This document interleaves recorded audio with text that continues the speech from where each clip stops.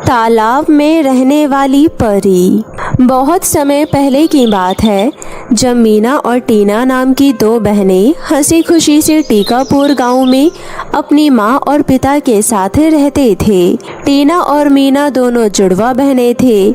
दोनों की शक्ल मिलती जुलती थी। दोनों की शक्ल देखकर कभी कभी तो उन दोनों की माँ भी उन्हें पहचान नहीं पाती थी कि कौन टीना है और कौन मीना। इस वजह से टीना और मीना की माँ ने हमेशा टीना को लड़कों के कपड़े पहनाए और मीना के लड़कियों वाले। गांव वाले दोनों बहनों को देखकर बहुत हैरान हो जाया करते थे, पर अब उन लोगों को आदत हो गई थी। दोनों बहनों का व्यवहार एक जैसा ही था। दोनों बहनें बहुत ही ईमानदार और दयालु थी। वो गांव में सभी लोगों की मदद करती थी और सभी से प्यार से बात करती थी। अरे काका नमस्ते, कहाँ जा रहे हो? सामान आपका बहुत भारी लग रहा है, कहो तो हम आपकी मदद कर दे सामान घर पहुँचाने में। नमस्ते नमस्ते बिटिया, तुम दोनों कितनी अच्छी हो, गांव वालों का कितना ध्यान रखती हो। जरा ये सब्जियां हाथ में पकड़ लो, मैं ये आटा पकड़ लेता हूँ और इन्हें घर तक पहुँचाने में मेरी मदद करो। तुम्हारी काकी घर पर मेरा इंतजार कर रही है।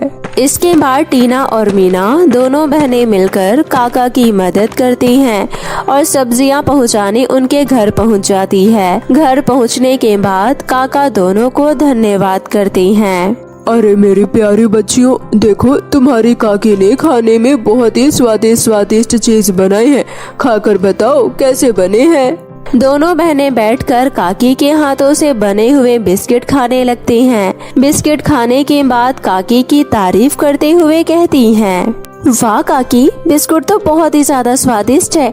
काकी आपका तो जवाब ही नहीं। मैं कहती हूँ आपको एक बिस्कुट की फैक्ट्री खोल लेनी चाहिए। यकीन मानो काकी, आपकी फैक्ट्री बहुत ज्यादा चलेगी। अरे बिटिया, अब कहाँ हमारी उम्र है जो हम इतने सारे बिस्किट बना सके। अब तो जो करना है अपने जीवन में तुम्हें ही करना है। मैं तुम्हें बिस्किट बनाना सिखा देती हूँ, फिर तुम दोनों बहनें मिलकर बिस्कुट की एक फैक्ट्री खोल लेना। काकी, अगर हमने एक बिस्कुट की फैक्ट्री खोल ली तो ये टीना सारे बिस्कुट खा लेगी और फूलकर गुब्बारा बन जाएगी। दोनों बहनें बैठकर बहुत देर तक काका काकी से बातें करती है। बातें करते करते शाम हो जाती है और यहाँ घर पर दोनों बहनों के माता पिता परेशान होते हैं। दोनों बहनें जब घर पहुँच जाती है तो माँ पूछती है, तुम दोनों बहुत ज्यादा बिगड़ती जा रही हो। कितनी बार तुमसे कहा है अंधेरा होने से पहले घर वापस आ जाया करो। पता है पिताजी कितना गुस्सा कर रहे थे। चलो जल्दी से हाथ मुंह धो लो और खाना खा लो। अरे माँ, आपको पता है ना, हम काका काकी के घर गए थे। वहाँ पर उन्होंने हमें बहुत स्वादिष्ट बिस्कुट खाने के लिए दिए। इस वजह से हमें देर हो गई, वरना हम समय पर घर वापस आ जाते हैं। इसके बाद दोनों बहनें खाना खा लेती है और अपने कमरे में सोने के लिए चली जाती है। दोनों बहनें आपस में बहुत बातें करती थी और बातें करते करते सो जाती थी। अगले दिन दोनों बहनें स्कूल के लिए तैयार होती है और स्कूल जाती है। स्कूल में दोनों बहनें बहुत चर्चित थे। दोनों बहनें पढ़ने लिखने में बहुत ज्यादा होशियार थे, जिस वजह से टीना और मीना दोनों को स्कॉलरशिप मिली हुई थी। उन दोनों की फीस आधी थी। दोनों बहनें हमेशा साफ सुथरे कपड़े पहनकर स्कूल जाती थी और सभी से अच्छे व्यवहार से बातें करती थी। ऐसे ही समय बीत रहा था और सब कुछ अच्छा चल रहा था, परंतु एक दिन उनके पिता को हार्ट अटैक आ जाता है और उनका देहांत हो जाता है। अपने पिता के दुनिया से चले जाने के बाद दोनों बहनें बहुत ज्यादा उदास रहने लगती हैं और अब पिता के चले जाने के बाद घर में कमाने वाला भी कोई नहीं था। अपने पति के चले जाने के बाद दोनों बहनों की मां की तबीयत भी खराब रहने लगी थी। अब दोनों बहनें अपना स्कूल बंद कर देती है और काकी के बताए अनुसार बिस्कुट बनाने लगती है। दोनों बहनें बिस्कुट बनाने के बाद रेहड़ी पर उसे बेचती है। शुरू में तो उनकी कमाई नहीं होती थी, परंतु धीरे धीरे दोनों बहनों के बने हुए बिस्कुट लोगों को पसंद आने लगे और दोनों बहनों की अच्छी खासी कमाई होने लगी। उसके बाद उनकी आर्थिक स्थिति धीरे धीरे पटरी पर आ गई और दोनों बहनों ने अपनी मां को सहारा दिया। दोनों बहनों की स्कूल की पढ़ाई छूट जाने के बाद अब दोनों ने बिस्कुट की फैक्ट्री पर ध्यान दिया और उसे आगे बढ़ाया। एक दिन दोनों बहनों को बिस्कुट के लिए बहुत बड़ा ऑर्डर आता है जो कि शहर से था। ऑर्डर को पूरा करने की जिम्मेदारी दोनों बहनें ले लेती है। इतना बड़ा ऑर्डर मिलने की खुशी में दोनों बहनें अपनी माँ के साथ बाहर खाना खाने के लिए जाती है ताकि अपनी माँ को थोड़ी खुशियाँ दे सके। बाहर जाकर तीनों को बहुत अच्छा लगता है और वो तीनों बहुत स्वादिष्ट भोजन खाते हैं। उसके बाद जब वो घर आते हैं तो देखते हैं कि उनके घर में आग लगी हुई है और सभी लोग पानी भर भर के आग बुझाने की कोशिश कर रहे हैं। अपने घर में आग लगी हुई देखकर तीनों को सदमा सा लग जाता है और उन्हें कुछ समझ नहीं आता। दोनों बहनों के मन में ये चल रहा होता है कि जो बिस्कुट का इतना बड़ा ऑर्डर लिया था उसका एडवांस घर में ही रखा हुआ था और आग लगने की वजह से सब कुछ खत्म हो गया है। अब वो क्या करेंगे? अपने घर को जलता हुआ देखकर टीना और मीना की माँ को सदमा लग जाता है और काफी दिन तक वो सदमे में ही रहती है। टीना की माँ कुछ भी नहीं खाती है और ना ही किसी से बात करती है। इसी तरह वो बहुत ज्यादा बीमार हो जाती है और उसकी भी मृत्यु हो जाती है। अपनी माँ के चले जाने के बाद दोनों बहनों के जीवन में दुखों का पहाड़ टूट पड़ता है। बिस्कुट फैक्ट्री पर अब दोनों बहनें जाना बंद कर देती है और माँ के चले जाने के बाद वो भी आत्महत्या करने के लिए गांव के एक बहुत गहरे तालाब के पास जाती है। सुन मीना, अब हमारे पास और कोई दूसरा उपाय नहीं है। हमें इस तालाब में कूदकर अपनी जान देनी होगी। शहर के बड़े व्यापारी का इतना बड़ा कॉन्ट्रैक्ट लेकर सब कुछ खत्म हो गया। मैंने तो सोचा था कि अब सब कुछ अच्छा हो जाएगा, पर ये सब तो उल्टा हो गया। माँ भी हमें छोड़कर चली गई। हाँ, तुम सही कह रही हो। अगर हम गांव में रहे तो वो शहर का बड़ा व्यापारी हमें माफ नहीं करेगा और हमारे ऊपर कानूनी कार्यवाही करेगा। इससे अच्छा है कि हम इस तालाब में कूदकर जान दे दे और अपनी माँ और पिता के पास चले जाए। इतना सोचकर दोनों बहनें एक साथ तालाब के अंदर छलांग मारती है। तभी तालाब में से एक परी उन दोनों बहनों को गोद ले लेती है और उन्हें वापस जंगल में ले जाती है और दोनों बहनों से बात करती है। क्या हुआ तुम दोनों बहनों को जो तुम आत्महत्या करने की कोशिश कर रही हो? तुम्हें नहीं पता आत्महत्या कमजोर लोग करते हैं। तुम तो मुझे बहुत समझदार लगती हो। आपने हमें क्यों बचा लिया? हमें मरने दीजिए, हमारे पास जीने के लिए कुछ भी नहीं बचा है। हाँ, हम दोनों बहनें अपनी माँ के पास जाना चाहते हैं। इतना कुछ होने के बाद अब हम नहीं जीना चाहती हैं। देखो, मैं सब जानती हूँ कि तुम्हारे साथ अभी तक क्या क्या हुआ है, परंतु तुम्हें इस तरह हिम्मत नहीं हारनी चाहिए।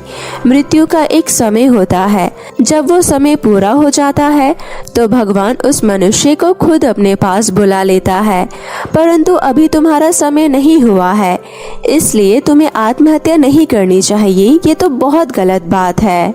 हम जानते हैं कि ये बहुत गलत बात है, पर इसके अलावा हमारे पास और कोई चारा भी नहीं है। अगर हम दोनों बहनें जिंदा भी रहे तो हमारा कोई सहारा नहीं है, न ही रहने को कोई घर है। क्या आप हमें सहारा दे सकती हैं? दोनों बहनों का साहस बनने के लिए परियां उन्हें सहारा देने के लिए तैयार हो जाती है और दोनों बहनों को अपने साथ तालाब में रहने के लिए कहती है। क्या हम आपके साथ तालाब में रह सकती हैं? लेकिन फिर हम अपना व्यापार कैसे आगे चलाएंगे? देखो, तुम दोनों बहनों को रहने के लिए इस तालाब के अंदर ही घर मिल जाएगा, जिस घर में और भी परियां रहती है, इसलिए तुम्हें अकेला महसूस भी नहीं होगा। और जब भी तुम्हारा बाहर आने का मन करे तो तुम तालाब से बाहर भी आ सकती हो। और रही बात तुम्हारे बिस्कुट की फैक्ट्री की, तो हम सब मिलकर तुम्हारी मदद करेंगे। परी की ये सारी बातें सुनकर दोनों बहनें परी के साथ रहने के लिए तैयार हो जाती है और दोनों बहनें परी के साथ तालाब में चली जाती है। उसके बाद सभी परियां मिलकर दोनों बहनों के ऑर्डर की तैयारी करती है और शहर के व्यापारी का ऑर्डर तैयार कर देती है। दोनों बहनों के बने हुए बिस्कुट पूरे शहर में बहुत ज़्यादा फेमस हो जाते हैं। अब दोनों बहनें मिलकर सभी परियों के साथ बहुत सारे बिस्किट बनाते हैं और उन बिस्कुट को गरीब लोगों में बांट देते हैं। गर्भवती माँ की ममता और दुष्ट चाची। ममता की शादी को हुए 5 साल गुजर गए, लेकिन अभी तक ममता को कोई संतान नहीं हुआ। ममता के पति विवेक का शहर में खुद का बिजनेस था। विवेक का छोटा भाई राहुल अभी कॉलेज की पढ़ाई कर रहा था। ममता बहुत ही सुलझी हुई समझदार महिला थी। सास ससुर के गुजर जाने के बाद उसने अपने पूरे घर को बखूबी संभाल रखा था। उसके जीवन में किसी भी चीज की कोई कमी नहीं थी। कमी थी तो बस एक संतान की, जिसकी वजह से ममता को हमेशा ही रिश्तेदारों और पड़ोसी से बांझ होने का ताना सुनना पड़ता था। लेकिन ममता बिना किसी को कोई जवाब दिए अपनी ही दुनिया में मग्न रहती। ममता, मेरी घड़ी कहाँ है? वही टेबल पर रखी है जी। भाभी, मेरे जूते कहाँ हैं? कॉलेज के लिए देर हो रही है। ये रहे आपके जूते। वैसे आजकल कॉलेज ज्यादा जल्दी जाने लग गए हो देवर जी, क्या बात है? ऐसी कोई बात नहीं है भाभी, वो एग्जाम आने वाले हैं तो मेरी एक्स्ट्रा क्लासेस है, इसलिए जा रहा हूँ मैं। अच्छा, अब मैं चलता हूँ, बाय। सबके जाने के बाद ममता घर के कामों में व्यस्त हो जाती है। ऐसे ही दिन बीत रहे थे।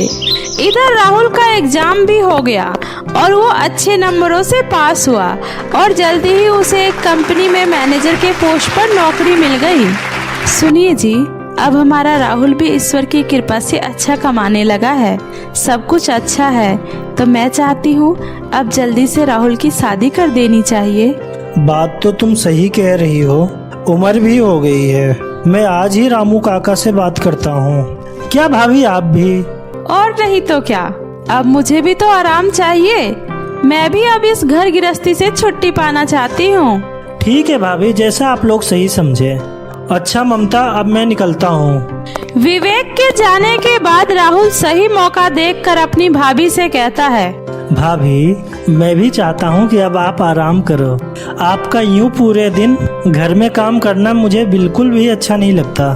तो तब से क्या मैं कुछ और कह रही हूँ? नहीं भाभी, मैं तो ये कह रहा था कि बाहर की लड़की आएगी तो पता नहीं वो कैसी होगी या नहीं होगी। भाभी, रेनू मेरी कॉलेज की फ्रेंड है और बहुत ही अच्छी है। हम दोनों ने साथ में ही पढ़ाई की है। मैं उससे प्यार करता हूँ। भाभी, प्लीज भैया को किसी तरह इस शादी के लिए मना लीजिए ना, प्लीज भाभी। अरे देवर जी, आप तो हमसे भी ज्यादा फास्ट निकले। मैं आज ही आपके भैया से बात करती हूँ। आप जल्दी से रेनू के माता पिता से हमें मिलवाने की तैयारी करो। और फिर ममता और विवेक रेनू के माता पिता से मिलकर राहुल और रेनू की शादी करवा देते हैं। रेनू के आने से ममता बहुत ही ज्यादा खुश थी।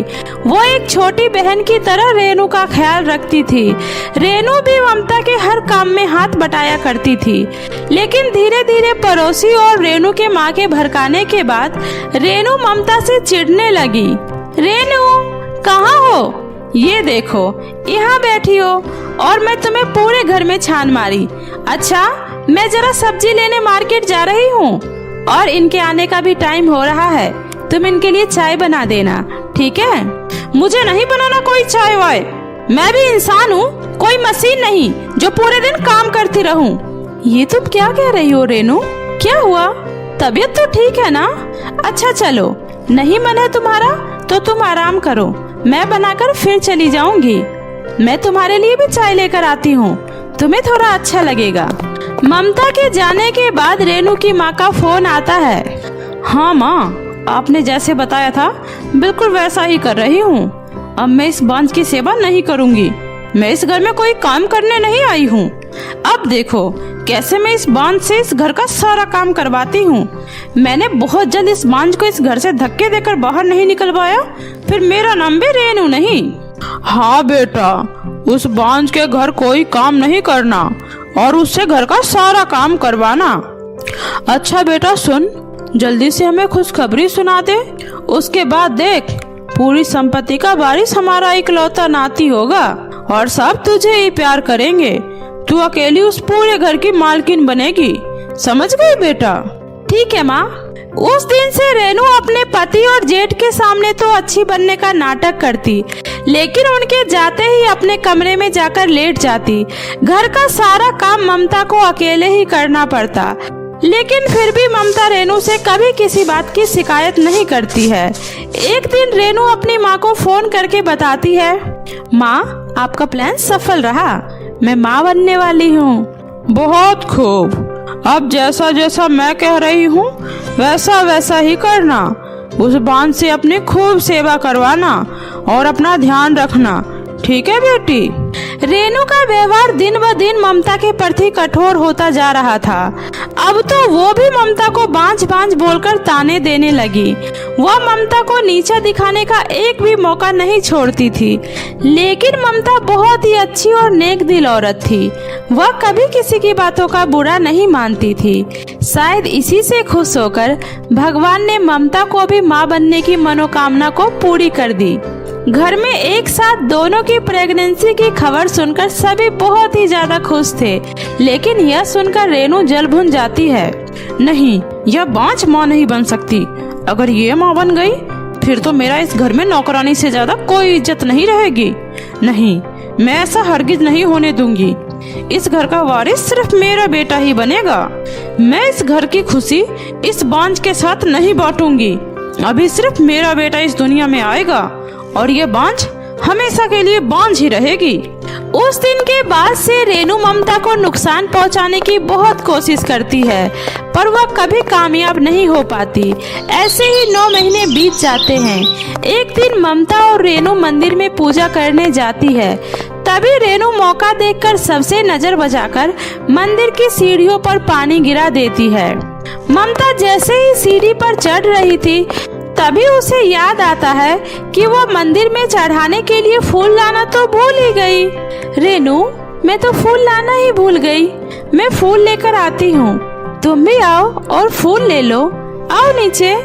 यह सुनकर रेनू फूल लेने के लिए सीढ़ी से नीचे उतरती है। तभी वह भूल जाती है कि सीढ़ियों पर उसने पहले से पानी गिरा रखा है। जैसे ही रेनू का पैर सीढ़ी पर जाता है वह फिसल जाती है और वह सीढ़ियों से नीचे गिर जाती है। आह! रेनू को बहुत ही ज्यादा चोट लग जाता है। सभी मिलकर उसे जल्दी से हॉस्पिटल में एडमिट कराते हैं। उधर ममता को भी लेबर पेन स्टार्ट हो जाता है। उसे भी उसी हॉस्पिटल में एडमिट कर दिया जाता है। थोड़ी देर बाद डॉक्टर आकर विवेक से कहते हैं, कांग्रेचुलेसन, आपकी पत्नी ने जुड़वा बच्चों को जन्म दिया है, एक लड़का और एक लड़की। डॉक्टर साहब, और मेरी पत्नी कैसी है? आपकी पत्नी खतरों से बाहर है, लेकिन आई एम सॉरी, हम आपके बच्चे को नहीं बचा पाए। काफी चोट लगने की वजह से बच्चा पेट में ही मर गया। और हाँ, अब आपकी वाइफ कभी मां नहीं बन सकती। यह सुनकर राहुल को बहुत ही दुख होता है और वो रेनू के पास जाता है। रेनू, मुझे माफ कर दो, मैं अपने बच्चे को नहीं बचा पाया। मुझे माफ कर दो रेनू।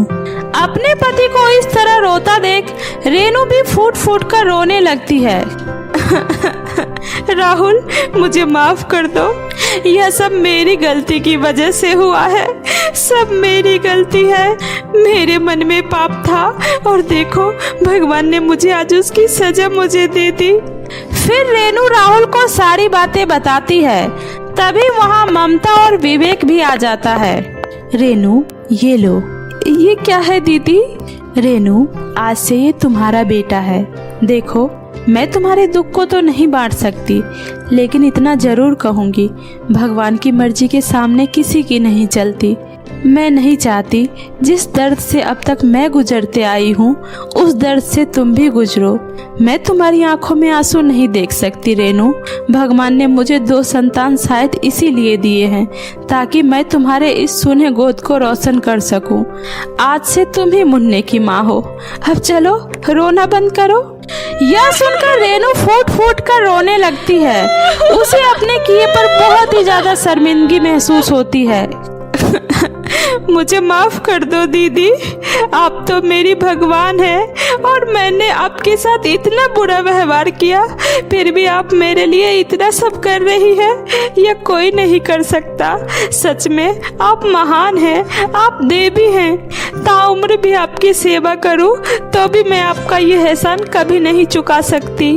उस दिन के बाद से रेनू कभी ममता से दुर्व्यवहार नहीं करती है, बल्कि दोनों सगी बहन की तरह एक साथ मिलजुल कर हंसी खुशी रहने लगती है। कहानी चेतना नाम की एक अनाथ लड़की की है जिसके माता पिता बचपन में ही गुजर गए थे। चेतना दिखने में बहुत ही ज्यादा काली थी, लेकिन वह दिल की बहुत ही अच्छी थी।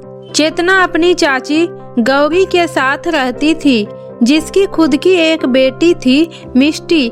मिष्टी दिखने में बहुत सुंदर थी, उसका रंग भी निखरा हुआ था, जिस वजह से मिष्टी को चेतना एक आंख भी नहीं भाती थी और वह हमेशा अपनी माँ गौरी से उसकी शिकायत लगाकर उसे डांट सुनवाया करती थी। माँ कहाँ हो तुम? यह देखो ना चेतना की बच्ची को, इसने आज फिर से मुझसे बिना पूछे मेरे कपड़े पहन लिए। यह कपड़े पहनकर आज मुझे कॉलेज जाना था, इसने मेरे कपड़े क्यों पहने? क्यों रे चेतना, तुझे मेरी बेटी के ही कपड़े मिलते हैं क्या? तू अपने कपड़े नहीं पहन सकती? चाची जी, मैंने आपसे कहा था मेरे पास एक भी जोड़े कपड़े नहीं है, जो भी थे वो अब हर जगह से फट चुके हैं। उन कपड़े में कॉलेज के सारे बच्चे मेरा मजाक बनाते हैं, इसलिए मैंने आज कॉलेज जाने के लिए मिष्टी के ही कपड़े पहन लिए। मिष्टी के पास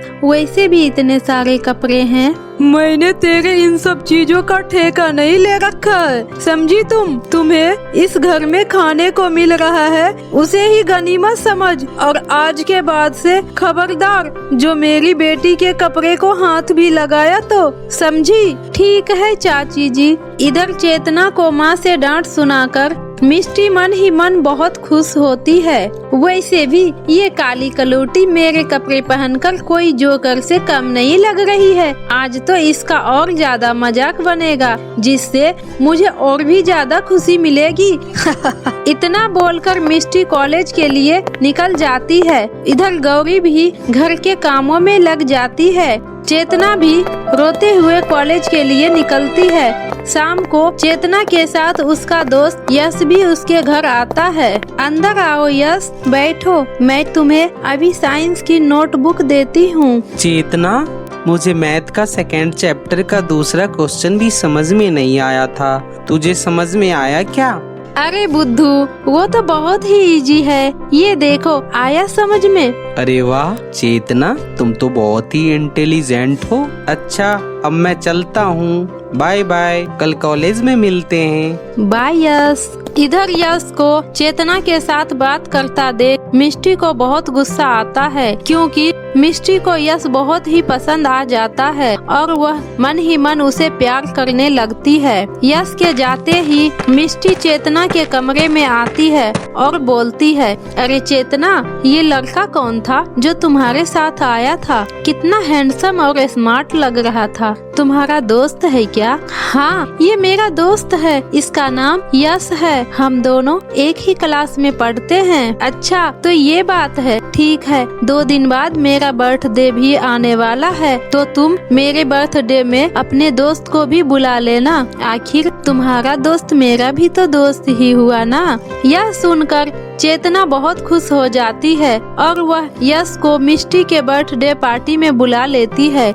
यश जब पार्टी में आता है तब मिष्टी अपने बदतमीज दोस्तों के साथ मिलकर चेतना का खूब मजाक उड़ाती है और यश से बोलती है, यश तुम तो बहुत ही स्मार्ट और हैंडसम हो, तुम क्या इस कलमुही के साथ हमेशा घूमते रहते हो? तुम्हारी तो मेरी तरह कोई सुंदर फ्रेंड होनी चाहिए थी, तुम क्या इस काली घटा के पीछे पड़े हो? इससे तो लाख गुना ज्यादा सुंदर मैं ही हूँ, तुम चाहो तो मैं तुम्हारी दोस्त बनने को तैयार हूँ। इस काली कलौटी बैगन लूटी को छोड़ो और हमारे साथ पार्टी एंजॉय करो, ये इस घर की सिर्फ नौकरानी है, नौकरानी। चेतना को सबके सामने यूं बेइज्जती बर्दाश्त नहीं होती है, वह रोते हुए पार्टी छोड़कर बाहर की तरफ निकल जाती है और रोते रोते एक जंगल में पहुंच जाती है और वहां एक पेड़ के नीचे बैठकर खूब रोती है।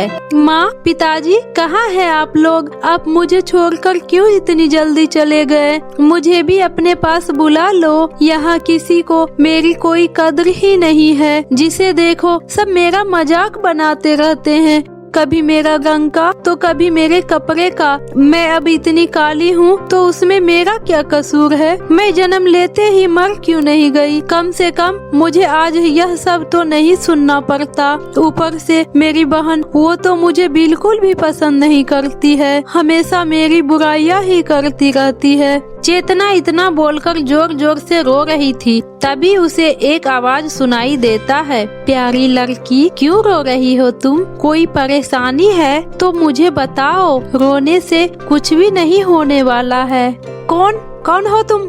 डरो मत चेतना, मैं पेड़ हूँ, मैं तुम्हें कोई नुकसान नहीं पहुँचाऊंगा। मैं तो यहाँ तुम्हारी मदद के लिए आया हूँ। मुझसे किसी की परेशानी देखा नहीं जाता। बताओ क्यों रो रही हो? शायद मैं तुम्हारी कोई मदद कर सकूँ। क्या सच में तुम मेरी मदद करोगे? फिर चेतना पेड़ को अपने बारे में सब कुछ बताती है। पेड़ भी शांति पूर्वक उसकी सारी बातें सुनता है। बहुत मुश्किल से तो मेरा एक दोस्त बना था और आज मेरी बहन ने उसी के सामने मेरी इतनी बेइज्जती की। अब मुझे नहीं लगता कि अब वो दोबारा मुझसे कभी बात भी करेगा, इसलिए मैं पार्टी से निकलकर यहाँ जंगल में आ गई। देखो चेतना, जो तुम्हें प्यार करेगा उसे तुम्हारे रंग से कोई फर्क नहीं पड़ेगा, और अगर तुम्हारा दोस्त सच में तुमसे प्यार करता है तो उसे तुम्हारी बहन मिष्टी की बातों का भी कोई फर्क नहीं पड़ेगा। तुम अब रोना बंद करो। प्यार रंग से नहीं, दिल से होता है, और तुम्हारा दिल तो सोने जैसा है। फिर तुम क्यों इतना उदास हो रही हो? आपने सच कहा पेड़ जी, प्यार रंग से नहीं होता है। शाबाश चेतना, तुम बहुत अच्छी लड़की हो और मुझे तुमसे बात करके बहुत ही अच्छा लगा। मैं तुम्हें कुछ देना चाहता हूँ जिससे तुम्हारी सारी परेशानी हमेशा के लिए खत्म हो जाएगा। इतना बोलकर पेड़ एक खूबसूरत लहंगे के घर में बदल जाता है और बोलता है, सुनो चेतना, तुम इस जादुई लहंगे के घर के अंदर जाओ। इस घर के अंदर तुम्हारे लिए सारी सुविधाएं होगी। तुम्हें जो कुछ भी चाहिए अंदर तुम्हें वो सब मिलेगा। चेतना पेड़ की बातें सुनकर बहुत खुश हो जाती है और वह खुशी से उस जादुई लहंगे के घर के अंदर चली जाती है। जब वह अंदर जाती है तब वह वहाँ देखती है, वहाँ उसकी जरूरत की सारी चीजें थी जो उसे चाहिए थी। जादुई लहंगा का घर अंदर से बहुत ही खूबसूरत होता है। तरह तरह के सुंदर सुंदर लहंगे, गाउन, जरूरत की सारी चीजें थे। चेतना उसमें से एक सुंदर सा गाउन लेकर उसे पहन लेती है। गाउन पहनते ही एक चमत्कार होता है और चेतना एक बहुत ही खूबसूरत लड़की में बदल जाती है। उसका काला रंग गोरे रंगों से निखर जाता है। वह बहुत ही खूबसूरत लगने लगती है। अरे वाह, ये तो चमत्कार हो गया। मैं कितनी सुंदर दिख रही हूँ। मुझे यकीन नहीं हो रहा कि यह मैं हूँ। थैंक यू जादुई लहंगे का घर। तभी चेतना को एक और आवाज सुनाई देती है, चेतना, तुम चाहो तो हमेशा के लिए इस घर में रह सकती हो, लेकिन अभी तुम्हें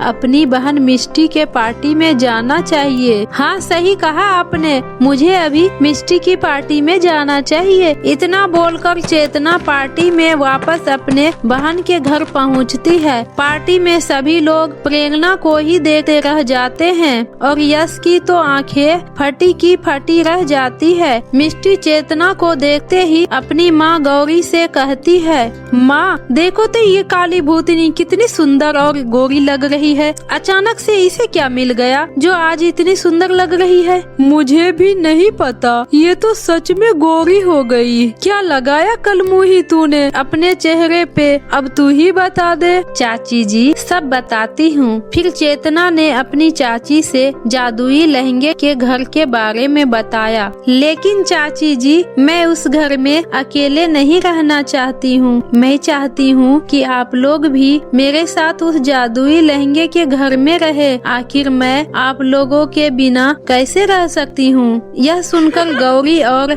मिष्टी के आंखों में आंसू आ जाता है। मुझे माफ कर दो बेटी, मैंने तुम्हें कभी अपनी बेटी की तरह प्यार नहीं किया। मैंने हमेशा तुम्हें भला बुरा कहा है, तुम्हारे साथ इतना बुरा व्यवहार किया, फिर भी तुम हम सब के बारे में इतना अच्छा सोच रही हो। तुम धन्य हो बेटी, मुझे माफ कर दो। चाची जी, आप माफी मत मांगिए। मैंने हमेशा आपको अपनी माँ समझा। अगर आप मुझसे ऐसे माफी मांगोगी तो मुझे अच्छा नहीं लगेगा।